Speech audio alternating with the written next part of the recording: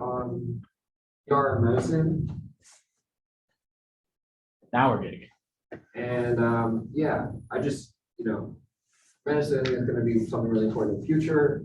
As long as it's in the VR club, why not mesh it together? So a little bit of history. In the past, surgery was awful. Bad sanitation, wouldn't wash your hands, you'd go from one surgery to another. This is a very famous incident where this guy was doing a amputation, ended up killing like 3 people in the process of doing it, and didn't wash his hands, and probably got more people killed afterwards because of diseases that were related. Again, the idea that you couldn't really like isolate where something was coming from, and when somebody wanted to be like almost safe, or the most safe thing could be, there was a restriction on their movements, and of course you could only move with the motor control you actually had, so you'd be really steady. Made it so a lot of people couldn't become surgeons, and yeah, kind of just made it medicine really bad in the past. And then this is one of the examples of the protective measure that people use. So this was during the Ebola outbreak of 2014.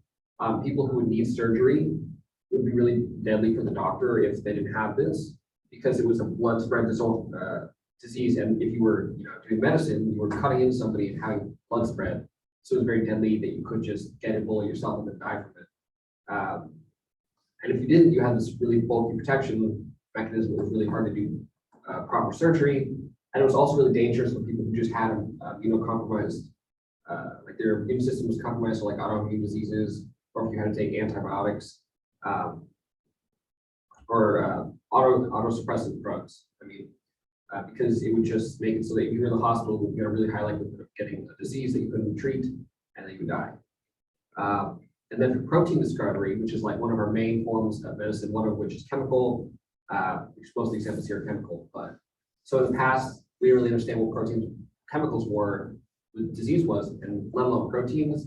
So going back to Louis Pasteur with like pasteurization and microbes that were infecting milk, and then Alexander Fleming with the mold, and then insulin, of course, one of the very first like artificial chemicals for people with diabetes, because your body couldn't produce it.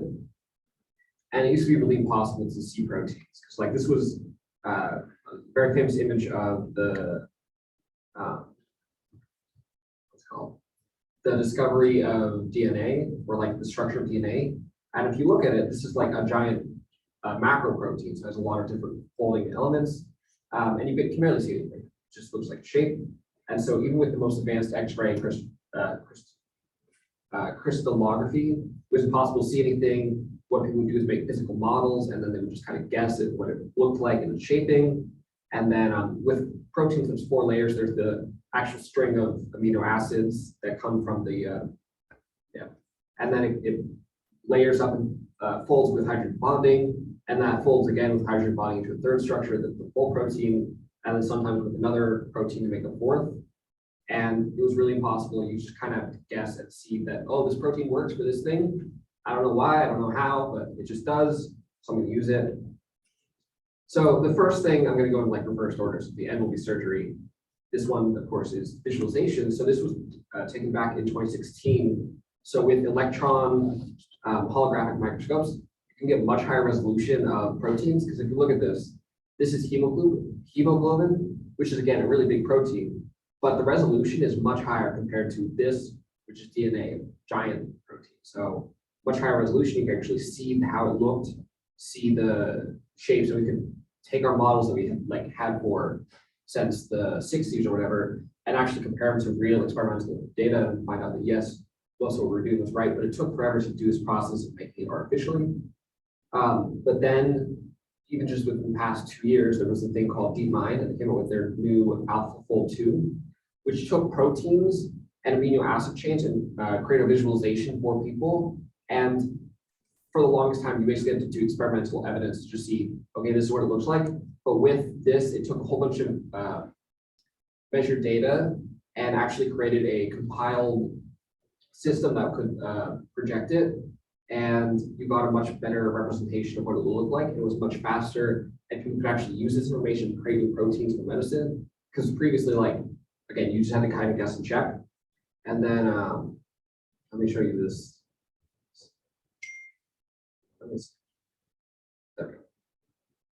So over here, yeah, this thing is called Protein VR, which is a new program.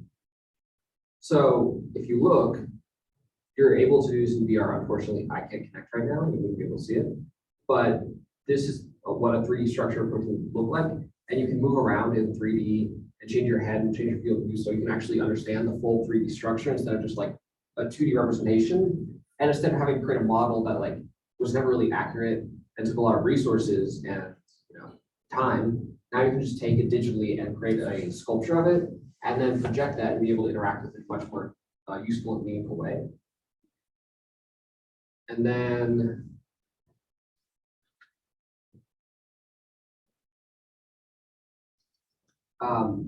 for protein creation, there's not much more accurate AI models. So again, like I said, you could take an AI will go and build a protein for you. It'll take experimental data that already exist and create a new protein.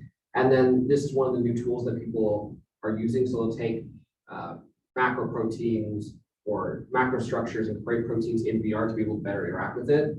And then of course there's DNA mapping. So the human mapping program, so you can map the genome, and now machine learning is making it much easier to understand what things do and take certain proteins and take it from the DNA and create it visually. And then of course, CRISPR-Cas9 is now like able to edit like 50 chunk segments of DNA, which for the longest time wasn't really possible. You had to take a whole protein to edit, but now you can actually edit the individual proteins and the individual segments of DNA, which is much more accurate and much better for creating medicine. And the last thing would be remote surgery. So like what I was talking about with medicine and surgery being like one of the prime examples of things that were really awful. Now we have surgery assistant devices. So even going back a while ago, you could have a person in a room have to be operated on and a doctor on the other side of the wall with like a glass view between them where the doctor would protect and could use the machine in a very accurate manner that had very fine motor controls because again, it was a machine. And then now you're taking that device and using VR so you can be anywhere in the world to do this. So this increases accuracy, and like I said, the machine is much more precise, but also increases confidence because a person can examine the surgery in a 3D environment, so able to go forwards and backwards, different through layers of flash and whatever, and it can have an overlay of like certain features for the person, like heart rate, blood pressure, certain things like that, and you can have a reference material about like what effects certain things will have. And then because these doctors and these surgeons are so hard to train, there's only a limited amount of them in the world. And if you had a certain type of disease, you had to travel like thousands of miles right there in the United States to be able to get really high class surgery. But now what people need to do is create these rooms where you can have this really high tech surgery, and a doctor is able to work remotely from like Johannesburg, let's say, and they want to work with a patient in Kenya. They can just be in Johannesburg in South Africa and be able to be safe from whatever disease might be there, but perform surgery on somebody from Kenya. And one of the things is that you can use VR for training, so people and doctors can be up to date on the most modern technologies and modern techniques with VR. And so you don't need to constantly spend time practicing these surgeries. You can just use virtual reality to project it and have the experiment, the data and experiences without actually having to go there or do it yourself. And that's all I have.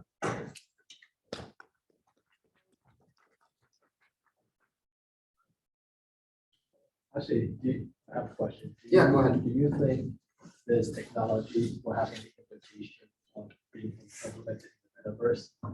Well, so like, okay,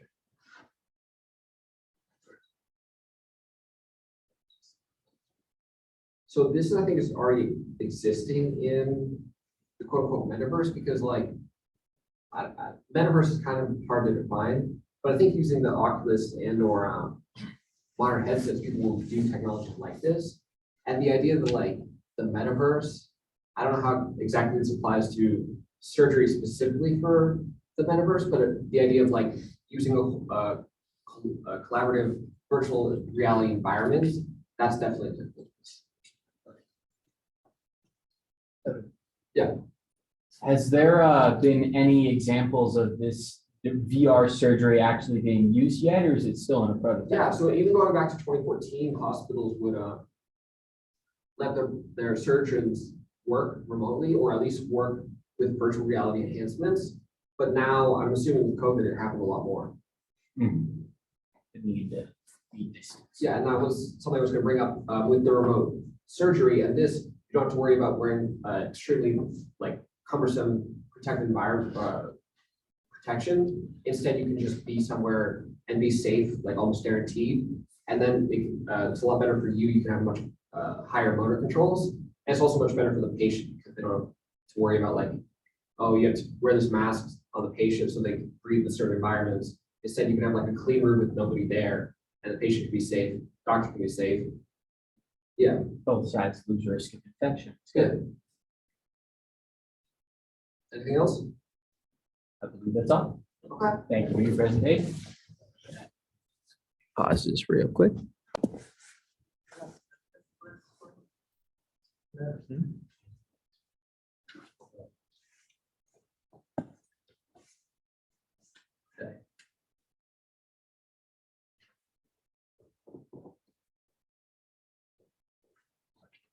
Oh, I think I know why.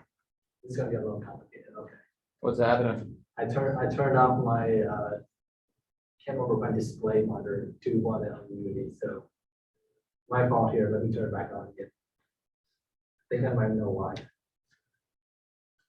Okay, so until. Cool. There we go. So yeah, no, it's gonna be a little complicated to do it in two screen, but I'll just go run through the tutorial and then we can run it in my office. So I want everybody to open up the Unity editor and then create a new project. And just to be clear, this is where you want to switch editor version. And the editor I'll be using is 2021.2.7. And then you can name your project. I'll call this VR configuration tutorial. You just open it. Wow.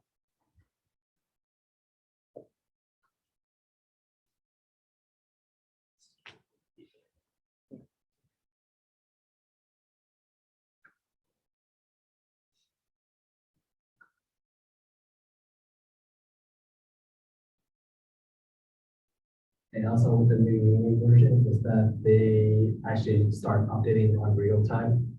I'm getting that correctly, so that's why it is super slow. And also my files is pretty bad. Once you get it open up, you should almost there. Eternal process of loading Unity. Yep, I should have turned it on before. That's okay.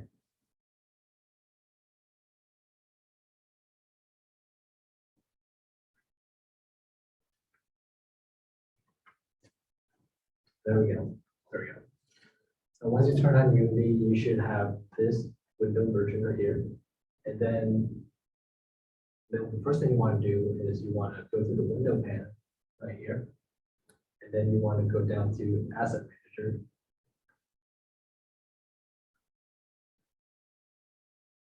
And you will want to turn on the Unity registry. Then scroll all the way down here to find it at the very bottom, find the XR plugin manager. There's actually two methods to install your XR plugin manager by going to the package manager and then scroll all the way down and do XR plugin manager install, or there's another way to do this. And then you go to the edit panel and then you go down to project setting. The XR plugin management should already be in there because for new Unity versions, if you go to install panel right here, all new Unity versions should have the Android, WebGL, and Windows option already enabled. If you don't have that, then you will want to go down into the Add Module section by clicking on this gear icon right here. Click Add Modules, and then you want to click on the options that you want to install. So since I already have the Android SDK and OpenJDK, which has the web options already installed, I don't need to do it again, but if you don't have it, you can click on this and then you press install down here. Since I already have it, I can just go into install XR plugin management and just press install.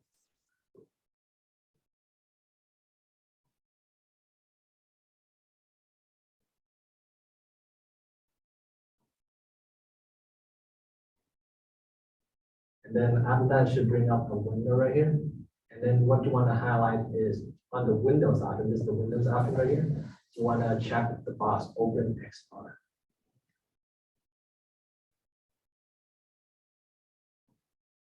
And then after the load,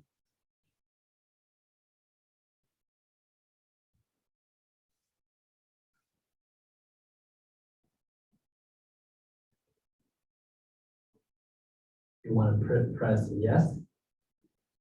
Then it will load again.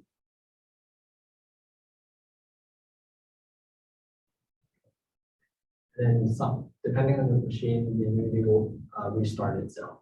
So give it another minute. No worries.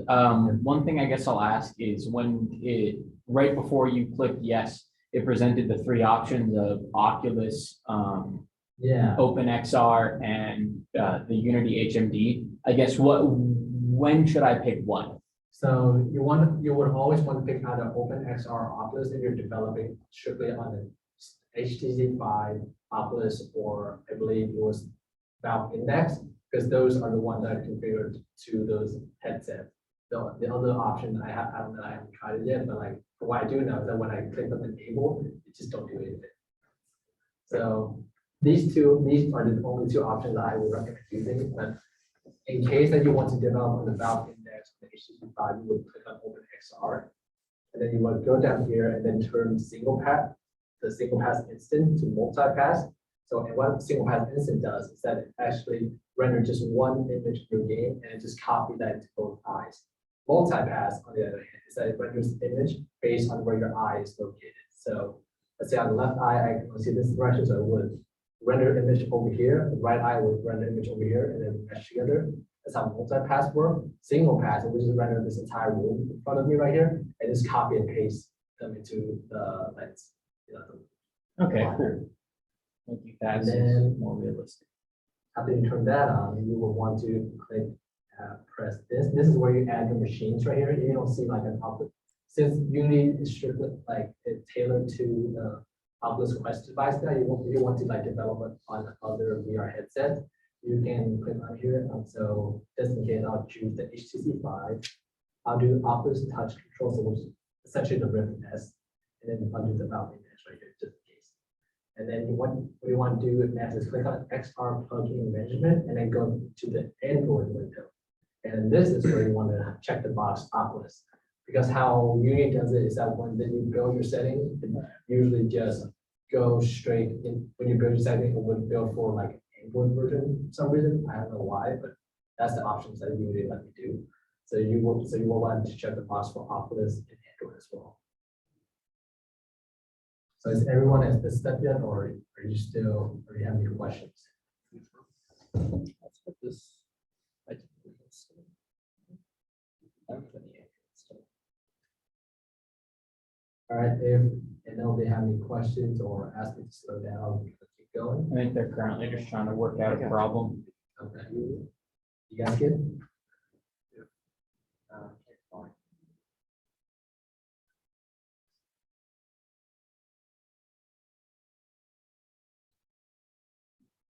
Just to be clear, like which versions are you guys using? Like, can you just shout out 2021? 2020. Okay, that's close enough. Which version are you guys using? 2020. Okay, close enough.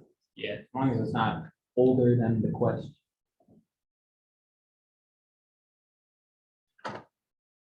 Okay, so then if you guys are still showing, like, I'm going to see what you guys have, but like, keep going.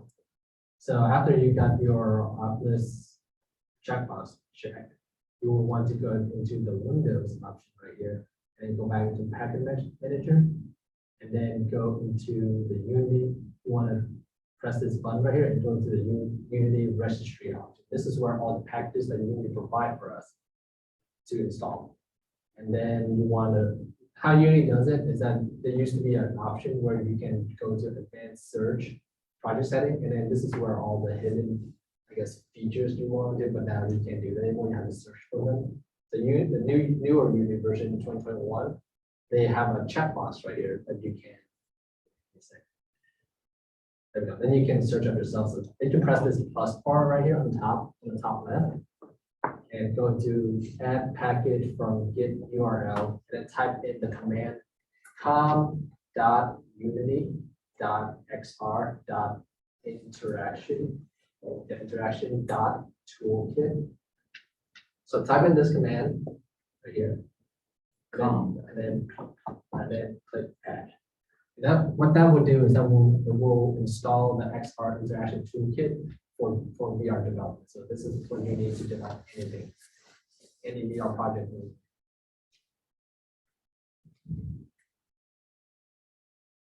And after a while, you want to click on yes, I made backup, go ahead, because this is just in case like you need to switch into like a new 2.0 development platform. So like anybody who had the older version would have like make backup of their VR project. So that's where this option is. So you want to press, but since we don't have anything right now, we can just do I made backup, go ahead. But if you do, then you will probably obviously have to make backups and then just keep them stored somewhere. And afterward, you should have the XR interaction toolkit installed onto the project, list of packages in projects, essentially. And then you want to click on this sample right here. So click on XR interaction toolkit, click on samples. And then this is the package that you want to import. So the starter package is put there. And then you see it installed a new asset. You have these 3 folders right here, and install a new asset onto my Unity browser. So the folder you want to go into the samples, XR interaction toolkit 2.0 starter assets. And these are the ones that we want to work on. These are the ones that have in the new Unity version, all the scripts are already written for you and all the functions are already made for you. So you don't have to like make your own VR script to like do control or grab stuff. So afterward, you can see right here, you just click on the XRI default input action. You can see all the commands and all the movement that you provided right here. This is for your position, your left hand, tracking stuff like that, your right hand. Same thing. What we're really interested in right now is these XRI default options right here. So continuous move, turn, move, left controller, right controller, and snap turn. So what you want to do is go up here and just click on add to action based on all of these 5 options. So click on this, you add, click on this one, you add, click on this one, add, click on this one, add, click on this one, and then add. So what that does is that it will add these actions onto your preset manager, which is essentially your script or your control, your commands. And then what you want to do is go into the edit options, and then go back to the project settings, and then you can go into your preset manager right here. And then what you want to do is type in which controller that you want to append the controller to. I mean, which hand you want to append the controller to. So for the right controller, I would append it to the right side, of course. And then for the left controller, I would type in left to append it to the left side. And then you should have, this is where all of your configuration stuff is already done, so that you can like create your VR environment if you want to. So I'll make a simple project. So I'll just make a simple environment. Let's just have a simple platform that you can walk around in. So everybody, if you're at this step, oops. Create a new platform by right-clicking in the hierarchy window, and then go to 3D object, and then click on plane. Create a new plane, and then I'll call it ground. There we go.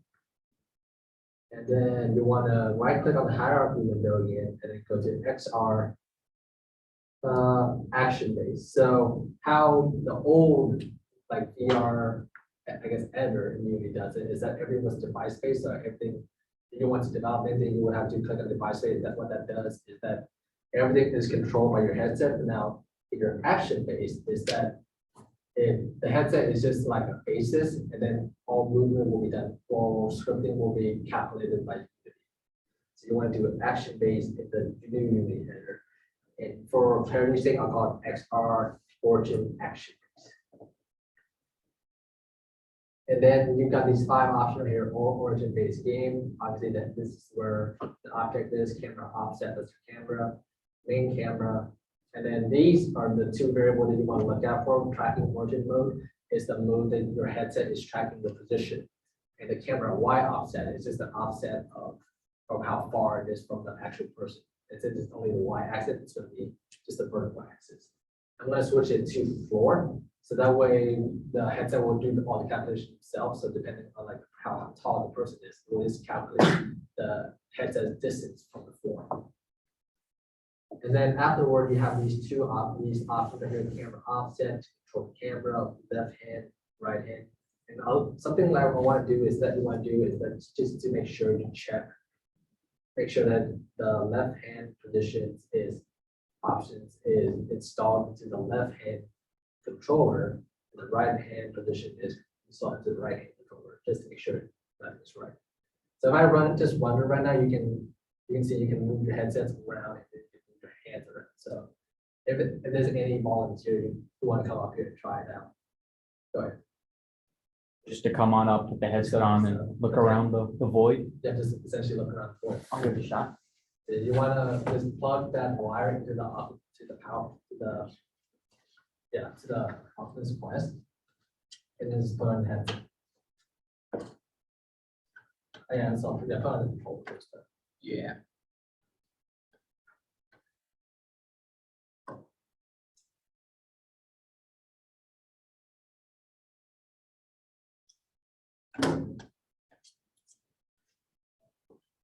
All right. First, tell us what you see. Allow access to data, which I shall. Allow. Yeah.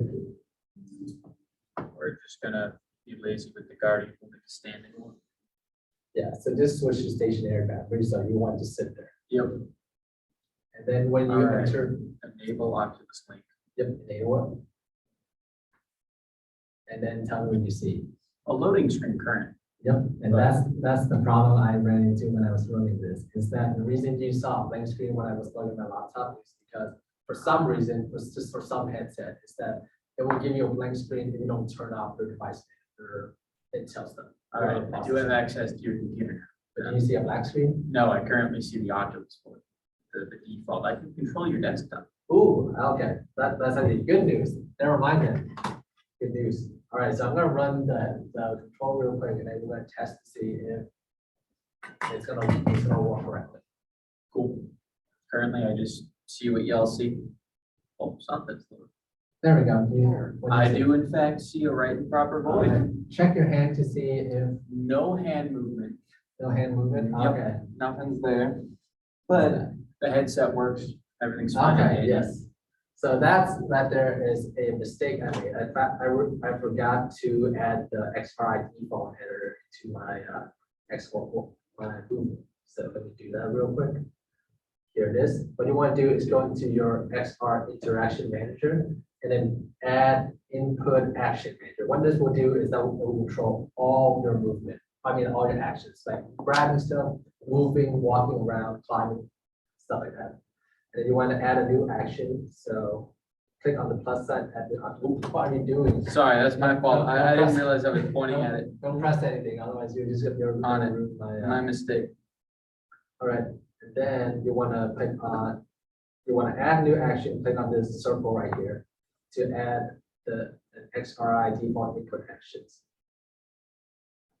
And then now, if I run it again, Jack should be able to move his hand right, and he should be able to see it. Here's open. Back on the loading screen. There we go. Yep, I got 2 big lasers. And those lasers are your graph interact raycast with graph interactable. So with the graph, you have a graph actable script. Those ray will tell you where you're pointing to the graph. So let me turn this off again, and then you can take out your headset and check if it's bugging you. So now we're going to move on to adding movement in VR. My hair's messed up. So the first thing is I'm going to add something called a locomotion system. And this, what this will do is control what motion you have. So the default locomotion system is teleportation, snap turn, so that way you get motion sickness. So I just add that, and then I'll add a a teleportation anchor area. Yeah. The difference between an anchor and area is that an anchor will just be one spot that you're gonna teleport to. So once you're teleported to that spot, you can't move on it anymore. Teleportation area is just a whole area that is put on an object to where you can teleport to. So as long as you point to that object, you can teleport to it. So I'm going to do a teleportation area. And then I'm going to change the material because how the ray cast you saw was that it will be red if it's inactive and it will turn white if it's not when it's active. So for clarity's sake, I guess, I'm going to turn the platform to like a darkish color so you can see. So Jack, would you mind coming back up here and throwing your hands in? Or we have somebody else coming up. Oh, yeah. Who else? Does anyone else want it? Anyone want- Otherwise, we're just gonna start pointing at people. Yeah, it's fun. I'll keep doing it. I'm not Oh, I gonna saw force your it. hand. I saw No, your I hand. was like, no, thank you. Yeah, no, It's fun though, it's fun. it's neat staring into a void, but I don't think anyone wants to have to sit in front of 8 people while they do stuff. So if anybody else wants to volunteer to come up here and do it, Jack, otherwise I'm gonna need Jack to sit there for the rest of this tutorial. I will gladly sit here and be our guinea pig. Perfect. It's neat wearing the Quest too. I've yet to try this one on in particular. I just let you put on your headset, put on your controller before I run the system. Yep. All right, safety straps are Perfect. And then we run the game.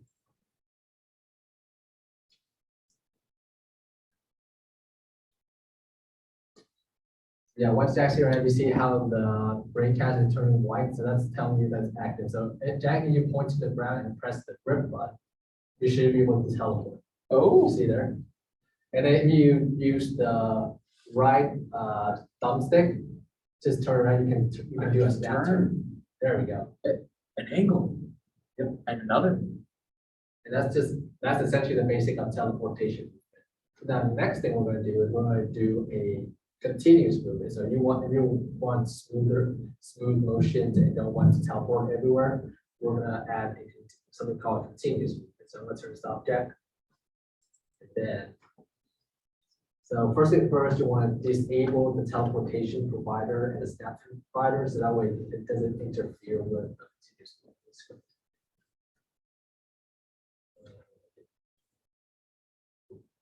And now see. Oh, was I pointing at it? Sorry. Yeah, that's right.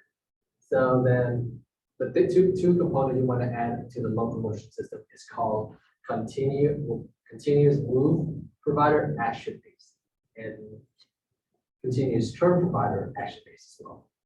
And that's literally all you have to do to do continuous movement. So Jack, you want to show us? Gotcha. And also another important thing is that you have to check the box for which controller is controlling your movement and which controller is controlling your turn. So that's how I don't interfere with each other. So that's it. So the default movement controller will be the left control, obviously. So I would want to check the box here for left hand movement and uncheck the box for right hand movement for continuous move. And continuous turn, uncheck the box for left controller and keep the right hand controller checked for continuous turn. So if I run this,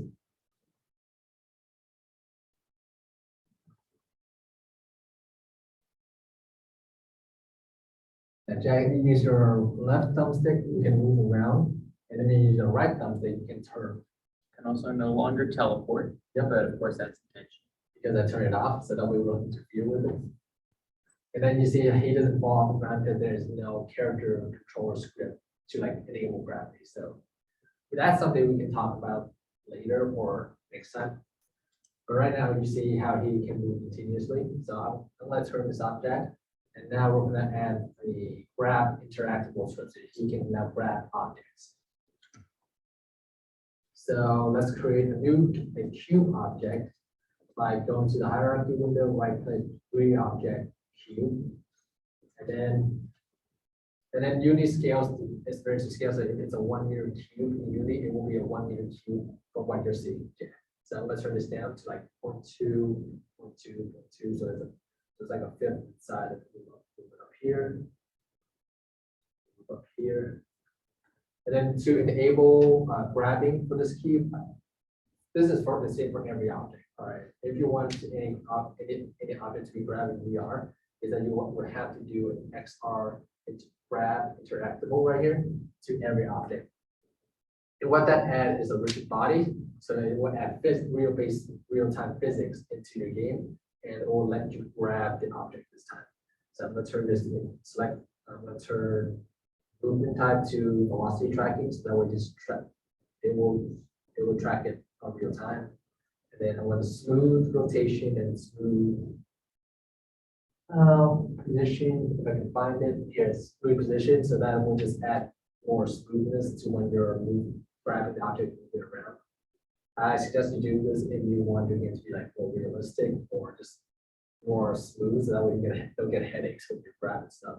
But that requires more GPU, so it's really up to you. So then I would go over here, and then I would uncheck the box. Let me see what it is. Anchor control. What anchor control does is that will literally anchor the object that you're grabbing to your and tie it to the controller. So if you grab it, actually it's actually easier if I show you. So Jack, you want to put in your hands up? Gotcha. It's a lot easier if I show you. Right? So playing the game.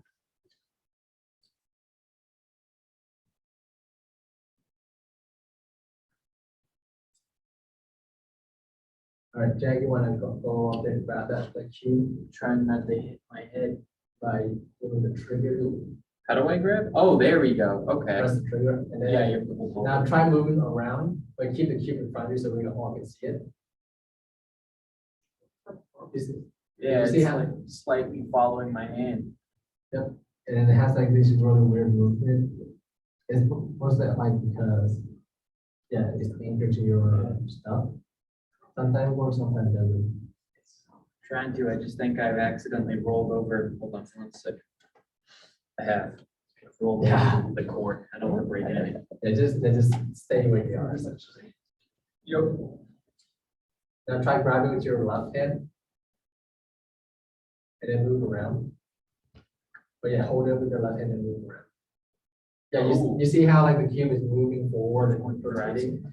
Angle control, and that's what angle control does. It's literally tied to whichever devices is holding on to it. And if you keep that enabled, it's just gonna keep moving forward, backward, and stuff like that. So that's why you want to disable it. If I disable it real quick, and then run the game again. What was interesting to note was that when I was walking forward, it was going forward, but as walking back, it still got stuck in my hand. Yeah. And I'm not sure if that's because I considered my hand an object or what, but Now, yeah, now if you move forward, you can see now it's just following alongside the jack. There's some clunking mechanic to it, but that's because it's not smooth enough. oh, And yep. Dropped it. You It edited does that. also arrange the raycast, so. And yeah, Rest in peace. that conclude my VR setup tutorial. Thanks for watching.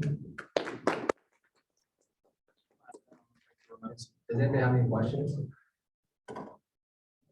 No, it was very interesting, especially being in there. I didn't realize that you had to constantly make sure that it's actually tied to your hand when it came to objects. Right. It was interesting seeing all of a sudden, oh, that cube's 5 feet away from me now, but I'm holding it. And the cool thing about like Unity is that, for the new Unity editor, is that everything's now automated. You don't have to write a single script to like do anything. In like the old version, like 2019, actually not even 2019, it's like even more like, I think 2016, 2017, they don't have that features anymore. Unity stopped supporting it, but like you would have to write a script for every single actions if you wanted like enable VR and stuff. So like I can show you real quick. I made an old project down here that does include scripting. So if you want to like learn how to like create VR controller script, sorry. Yeah, careful. Just try and keep it like near your neck. Yeah, Doesn't need a little further away. You don't want to pop into it. Yeah, that's good. yeah. So if you want to like learn how to create a script, I can also show you, but it's gonna take like an hour. If I can just like show you the script real quick. We can do that for another day. Yeah, we're like 15 minutes, so I'm really happy to show you guys other than this, but this is like a Q&A session. You're you're free to. Yeah, we're now technically over. I am actually gonna pause the recording now.